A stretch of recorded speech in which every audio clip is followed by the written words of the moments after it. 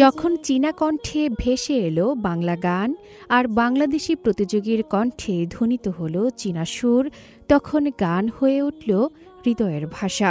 BCS প্রশাসন একাডেমির মঞ্চ যেন এক মুহূর্তে রূপ নিল দুই জাতির একাত্মতার বেলাভূমিতে, যেখানে সুরে সুরে উচ্চারিত হল চীন বাংলাদেশ বন্ধুত্বের ৫০ বছরের গল্প।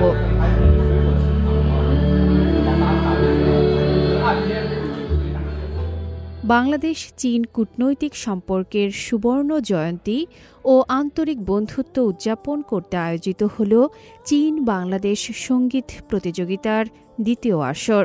বর্ণিল এই আয়োজনের প্রতিপাদ্য ছিল সুরের বাঁধনে ৫০ বছর।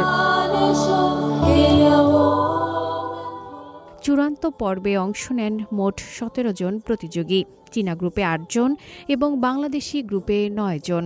প্রতিযোগিতাটি ছিল ২ ধাপে এবং প্রতিটি কণ্ঠে উঠে এসেছে হৃদয়ের গান, দুই দেশের সংস্কৃতির গর্ব।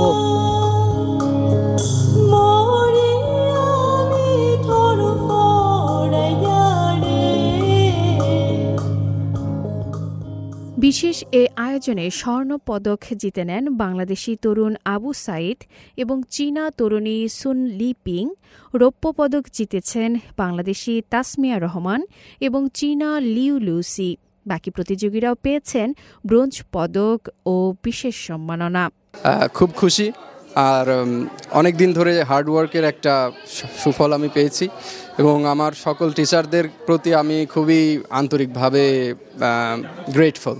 আমার খুবই ভালো লাগছে নতুন একটা কালচার, নতুন একটা সংস্কৃতি সম্পর্কে জানতে পেরে সেটার একটা গান পরিবেশন করে তার থেকে একটা বড় উপহার পাওয়া, এটা সত্যি সবচেয়ে ভাগ্যের বিষয়। আমি এটা নিয়ে খুবই আনন্দিত।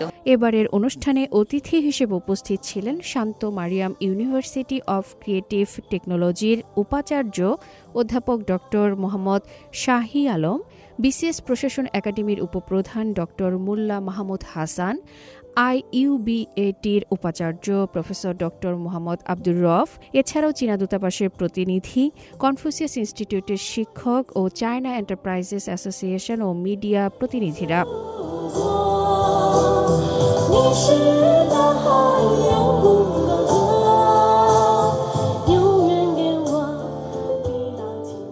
এই আয়োজন কেবল গান নয়, এটি আমাদের সাংস্কৃতিক বন্ধনের এক অনন্য দৃষ্টান্ত বলে উল্লেখ করেন উপস্থিত অতিথিরা।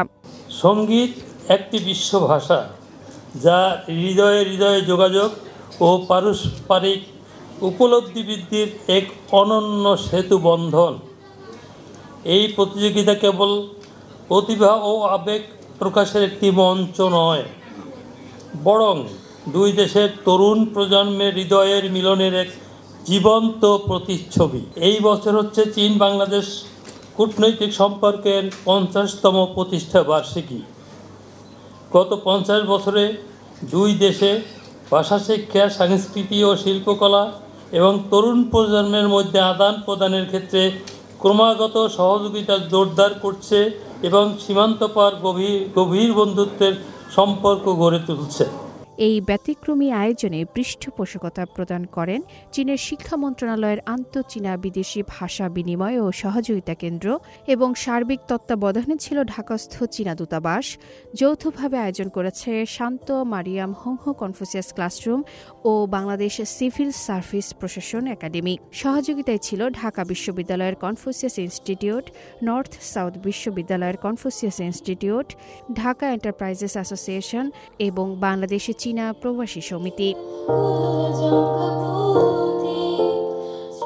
অনুষ্ঠানের শেষ মুহূর্তে সব প্রতিযোগী সমবেত কণ্ঠে বেজে উঠল এক হৃদয় ছোঁয়া গান, যা শুধু একটি প্রতিযোগিতার সমাপ্তি নয়, বরং এক নতুন বন্ধুত্বের অধ্যায়ের সূচনা।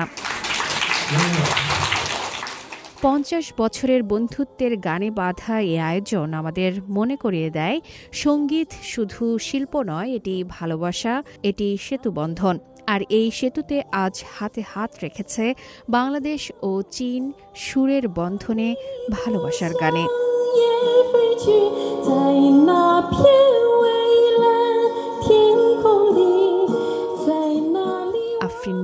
CMG বাংলা।